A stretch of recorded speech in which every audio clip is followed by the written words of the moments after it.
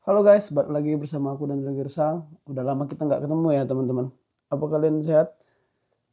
Kebetulan aku juga lagi sibuk-sibuknya nih kerja teman-teman.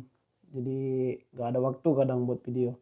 Jadi di video kali ini aku mau berbagi pengalaman, mau berbagi cerita sama teman-teman semua soal kenapa aku bisa kerja ke Jepang gitu. Kenapa aku memilih Jepang? Kenapa aku nggak ke Jerman aja atau mungkin kemana gitu? Atau mungkin di Indonesia aja gitu. Atau mungkin ke Korea ataupun ke apa namanya ke Taiwan gitu. Kenapa aku memilih Jepang gitu teman-teman. Jadi teman-teman aku nggak ada kepikiran selama sekolah itu. Jadi aku SD SMP itu tinggal sama orang tua. Jadi SMA aku jauh dari orang tua. Kebetulan aku itu tinggal di Rantau Prapat ya teman-teman. Di Rantau Prapat sebuah kota kecil di Kabupaten Labuan Batu Utara. Jadi aku tinggal di situ, SD, SMP juga di situ. Terus pas SMA, SMK, tamat SMP aku memilih merantau ke Siantar teman-teman, Pematang Siantar ya, Kabupaten Simalungun. Jadi SMK aku di sana sampai lulus dan setelah lulus aku nggak ada kepikiran mau kerja ke Jepang gitu teman-teman ataupun ke luar negeri gitu nggak ada kepikiran. Jadi setelah lulus itu coba-coba juga SBMPTN kayak gitu kan mau kuliah negeri gitu coba segala macam gitu cuman belum rezekinya mungkin ya. Eh, Jadinya aku pulang ke rumah orang tuaku jadi aku tinggal sama orang tua terus sewaktu tamat sekolah itu teman-teman aku nggak ada kerjaan kan jadi kayak cuman bantu-bantu orang tua juga di rumah bertani gitu. Jadi seiring berjalannya waktu kayak gitu kan. Jadi aku merasa hidupku kok gini-gini aja gitu, nggak ada berkembangnya gitu. Mau sampai kapan kayak gitu kan teman-teman. Teman-teman aku juga yang ada di kampung, ya gitu-gitu aja. Maksudnya gitu-gitu aja itu nggak ada planning ke depannya gitu, mau gimana gitu teman-teman. Jadi kayak kerja, gajian, terus nongkrong sana, nongkrong sini, kayak gitu teman-teman. Jadi aku mikir nggak mungkin lah masa muda aku habisin gini-gini aja gitu kan. Jadi kebetulan ada teman aku sewaktu sekolah dulu di Siantar itu yang berangkat ke Jepang teman-teman. Jadi dia bilang kenapa nggak ke Jepang aja gitu coba-coba gitu dia bilang teman-teman. Jadi di awal-awal itu aku minta izin ke orang tua aku nih. Minta izin sama bapak aku kan, ayahku. Terus aku bilang aku mau kerja ke Jepang kayak gitu gini gini gini gini. Awalnya tuh nggak dikasih teman-teman. Awalnya masih kayak belum percaya gitu sama kita, sama aku, karena di umurku juga yang masih muda gitu kan teman-teman. Kebetulan aku juga anak terakhir, jadi kami cuma dua bersaudara teman-teman. Abang aku waktu itu kuliah di Medan dan orang tua bilang kenapa mesti ke Jepang kayak gitu, kenapa nggak di sini aja kayak gitu.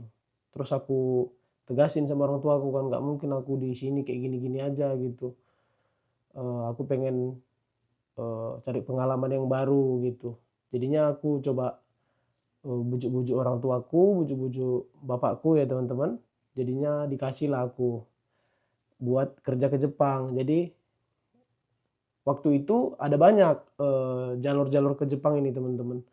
Ada yang mandiri, yang itu tadi kan Toku Tegino itu, terus ada yang IM Japan dari program Kementerian Ketenagakerjaan juga kan. Terus ada juga yang program SO itu yang LPK gitu teman-teman. Jadi karena aku juga masih awam gitu kan, belum tahu menahu soal program-program ke Jepang ini.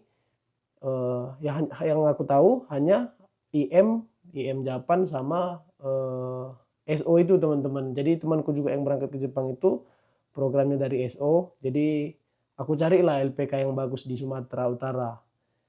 Ya kebetulan dapat dan itu di Medan. Aku nggak mau sebutin nama LPK-nya ya teman-teman. Takutnya nanti jadi masalah nanti gitu. Jadi masuklah ke LPK itu dan waktu itu orang tua langsung ikut nganter, terus bayar pendaftaran apa segala macam langsung dibayar lunas. Baru habis itu belajar nih teman-teman, mulai belajar bahasa Jepang kayak gitu kan. Udah stres nih teman-teman.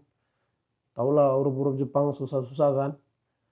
Habis itu bangun pagi juga, lari pagi jam 5 udah bangun, terus kebersihan gitu, lari pagi juga, ngapal kosakata-kosakata gitu teman-teman.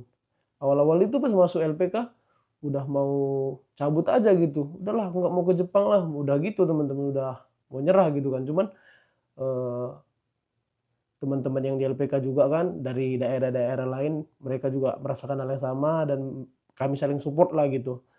Semangatlah Bang, semangatlah Lae kayak gitu. Kalau di Batak kan panggilnya Lae gitu. Semangatlah Lae gitu. Semangat kita biar nanti kita bisa sama-sama kerja di Jepang gitu. Saling-saling support lah gitu kan teman-teman. Jadi eh, sering berjalannya waktu semuanya bisa kulalui dan di waktu eh, wawancara itu ada wawancara pertama kali itu teman-teman dan aku gagal di situ, nggak terpilih kan. Di wawancara kedua juga aku nggak terpilih sama orang Jepangnya, dan di wawancara ketiga aku terpilih teman-teman. Jadi terpilih, kebetulan aku juga terpilihnya sendirian, nggak punya teman kerja gitu kan, jadinya urus paspor apa segala macam semuanya sendiri teman-teman. Jadi urus paspor, habis itu biaya administrasi tadi untuk biaya ke Jepangnya gitu kan, karena itu beda lagi sama uang pendaftarannya teman-teman. Jadi langsung bilang ke orang tua, langsung dibayar lunas lah itu biaya keberangkatannya kan. Sekitar 45 juta teman-teman. Dibayar, terus aku diberangkatin ke Jakarta, ke Bekasi teman-teman. Di situ aku sekitar 5 bulanan kalau nggak salah di Bekasi.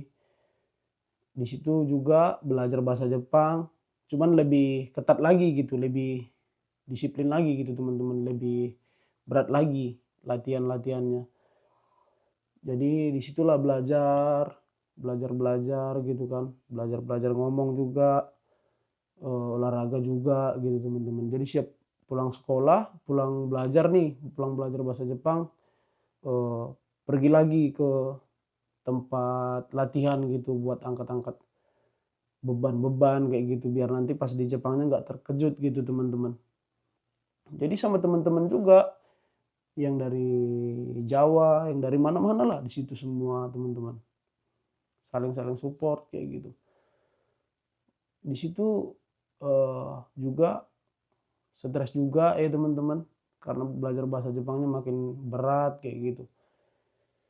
Ya begitulah seiring berjalannya waktu, semuanya bisa kulaluin dan di tahun 2023 aku berangkat ke Jepang teman-teman.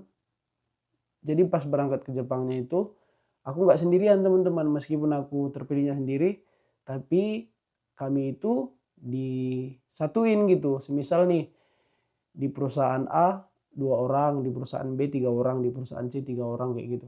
Jadi tanggal waktu keberangkatannya itu ditentuin gitu. Jadi semisal kayak kami di tahun 2023 itu berangkatnya bulan 9 dan ada kami sekitar 15 orang tuh berangkat dari Bekasi ke Osaka ya teman-teman, ke Senta. Jadi bareng-bareng berangkat ke sana kayak gitu. Terus sampai di Osaka itu belajar lagi 1 bulan teman-teman. Jadi nggak langsung kerja gitu.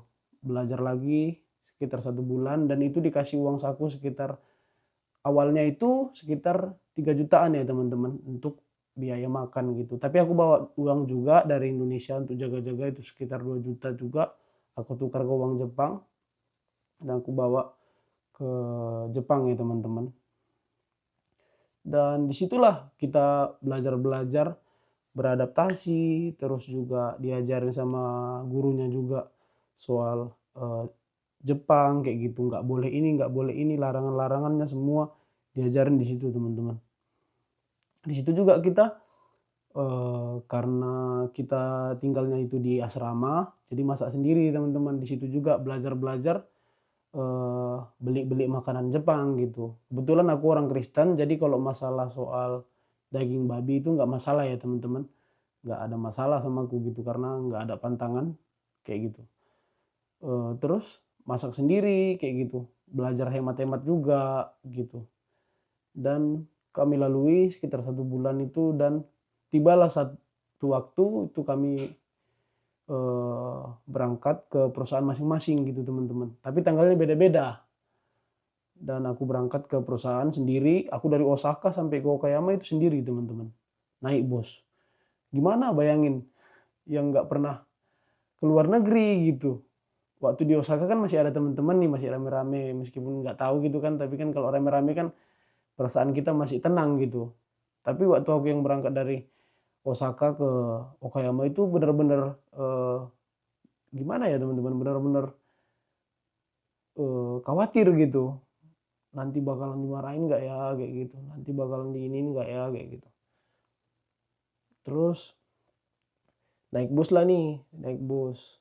Sampailah di Okayama. Terus di situ udah ditungguin sama si kumiainya, sama si penanggung jawab kitanya di Jepang ya, kumiai namanya. Ditungguin di situ, terus ngomong-ngomong, diajak makan juga.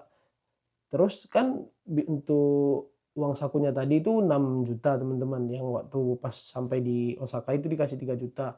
Terus pas mau masuk perusahaan dikasih lagi 3 juta. Jadi dikasih lagu 3 juta lagi sama si kumiai buat modal aku sampai nerima gaji gitu teman-teman. Jadi diantarin ke perusahaan, disambut juga sama si bos ya kan, sama istrinya juga di sini disambut, terus ngobrol-ngobrol lah kayak gitu. Tapi yang aku mau sampaikan sama teman-teman, kalau bisa kalian jangan langsung kalau ketemu sama orang Jepang itu pertama-tama itu memang siapapun pasti kayak gitu kan, baik-baik gitu. Tapi teman-teman jangan terbawa suasana gitu. Bukan aku bilang hati-hati, bukan aku bilang harus hati-hati sama orang Jepang gitu, bukan. Cuman kalian harus menjaga apa ya? Kan kita orang Indonesia ini kan sistemnya nggak enakan gitu. Apalagi kalau orang udah berbuat baik sama kita, jadinya kita orangnya segenan gitu. Jadi orang Jepang ini yang aku pelajari selama aku tinggal di Jepang itu selama 3 tahun itu, jadi mereka itu kalau mau gimana aku bilang ya, mau biar si bawahan itu tadi gampang disuruh-suruh atau susah menolak perkataan dia, jadi mereka itu kasih kasih sesuatu kayak gitu. Jadi mereka berbuat baik kayak gitu. Biar kita sampai merasa kita nggak enak gitu, sampai kita nggak bisa menolak apa yang dibilang dia gitu teman-teman. Jadi yang aku mau sampaikan sama teman-teman, kalau kalian nanti pas baru berangkat ke Jepang, kalau bos kalian baik itu ya kalian gimana aku bilang ya, bukan aku suruh kalian tolak, cuman kalian harus jaga perasaan kalian juga lah gitu, jangan sampai kalian terperangkap sama ini mereka gitu. Jadi takutnya nanti kalian itu disuruh-suruh kayak gitu. Jadi mereka enak-enak kerjanya, kalian yang berat-berat kayak gitu. Tanpa kalian sadari, kalian sudah termakan semua apa orang itu gitu loh, perangkap mereka gitu. Jadi kalian susah untuk menolak kayak gitu. Jadi kalian disuruh apa aja, kalian iya aja gitu jadinya. Gitu teman-teman. Terus kalau orang Jepang juga baiknya di awal doang. Nanti kalau kalian sudah lama, udah kenal lama kayak gitu, lama-lama makin kelihatan tuh sifat-sifatnya. Kayak gitu teman-teman. Jadi buat teman-teman juga yang beragama, tetaplah kalian berpegang teguh sama ajaran-ajaran di agama kalian masing-masing kayak gitu. Karena orang Jepang ini nggak punya agama, dan mereka itu yang aku pelajari selama ini, mereka itu mengandalkan tenaga mereka sendiri gitu. Sementara kita kan kalau orang beragama kan, umat yang beragama gitu kan, umat yang bertuhan kayak gitu, apa yang masih bisa kita kerjain, kita kerjain. Apa yang nggak bisa kita kerjain kan kita pasrahkan sama Tuhan gitu kan. Tapi kalau orang Jepang tidak seperti itu teman-teman. Aku nggak bilang semuanya ya, yang aku pelajarin lah gitu dari teman-teman kerjaku gitu. Jadi meskipun meskipun tugas itu bukan tugas mereka, meskipun tugas itu udah tugas yang di atas gitu, tugas Tuhan gitu, mereka tetap mengandalkan dirinya sendiri gitu loh teman-teman. Intinya kayak gitulah. Jadi kalian harus tetap berpegang teguh sama ajaran-ajaran agama kalian kayak gitu. Mau mereka ngajarin hal-hal yang menggugah kepercayaan kalian kayak gitu, kalian jangan terpengaruh gitu. Kadang-kadang mau mereka itu kayak menggugah-gugah kepercayaan kita lah gitu. Tergantung orang Jepangnya sih kayak gitu. Jadi ya intinya harus bisa jaga badan lah gitu, harus bisa jaga diri. Kita harus bisa nempatin posisi kita kayak gitu. Jadi kalau mereka nanti juga udah deket sama kita, terus kan di tempat kerja itu bukan 1 orang 2 orang kan, ada banyak gitu kan, lebih dari 1 orang 2 orang gitu. Jadi nanti kalau semisal orang Jepang nyeritain orang Jepangnya yang si A kayak gitu, kalian jangan ikut-ikutan gitu. Cukup kayak ya apa namanya, emang iya kayak gitu, atau masa kayak gitu sih kayak gitu, so desu ka kayak gitu. Jangan kalian so desu ne anu itu kayak gitu, jangan teman-teman, jangan ikut-ikutan kalian. Nanti kalian juga yang diceritain gitu. Intinya harus bisa jaga diri lah, apalagi buat teman-teman yang mau berangkat ke Jepang yang sendirian gitu, nggak punya teman kerja kan, kayak gitu. Jadi ya dewasa lah gitu, bisa jaga diri lah gitu, jaga kepercayaan kita gitu teman-teman. Jadi kurang lebih kayak gitulah pengalaman aku selama aku bekerja di Jepang. Masih banyak lagi sih yang mau aku ceritain, kalau aku ceritain dari awal sampai sekarang itu mungkin udah nggak cukup 1 video aja teman-teman, mungkin bisa sampai berjam-jam. Jadi buat teman-teman yang mau ke Jepang, kalian bisa tanya nanti di kolom komentar, "Bang, kalau kayak gini gimana? Bang, kalau kayak gini gimana?" gitu. Nanti aku bantu jawab. Dan kalau masalah upload, aku belum bisa upload setiap hari mungkin ya teman-teman, karena sibuk juga kerja gitu kan, kadang pulang kerja juga udah capek gitu. Ya maklum lah ya teman-teman. Jadi kurang lebih seperti itu buat teman-teman yang mau ke Jepang, semangat belajarnya, jangan lupa berdoa, jangan lupa hormati juga orang tua kalian biar didoakan kalian ya teman-teman. Dan apapun cita-cita kalian, apapun yang ingin kalian capai di masa muda kalian, semoga tercapai. Dan jangan lupa fokus juga, bisa neko sana, bisa neko sini, tapi jangan lupa balik gitu. Ya teman-teman, jangan neko terus kayak gitu, nggak balik-balik ke jalannya gitu. Boleh sedikit-sedikit kayak gitu, tapi jangan lupa tujuan kalian kayak gitu. Nah, sekian video dari aku, sampai jumpa di video berikutnya. Selamat malam, bye-bye.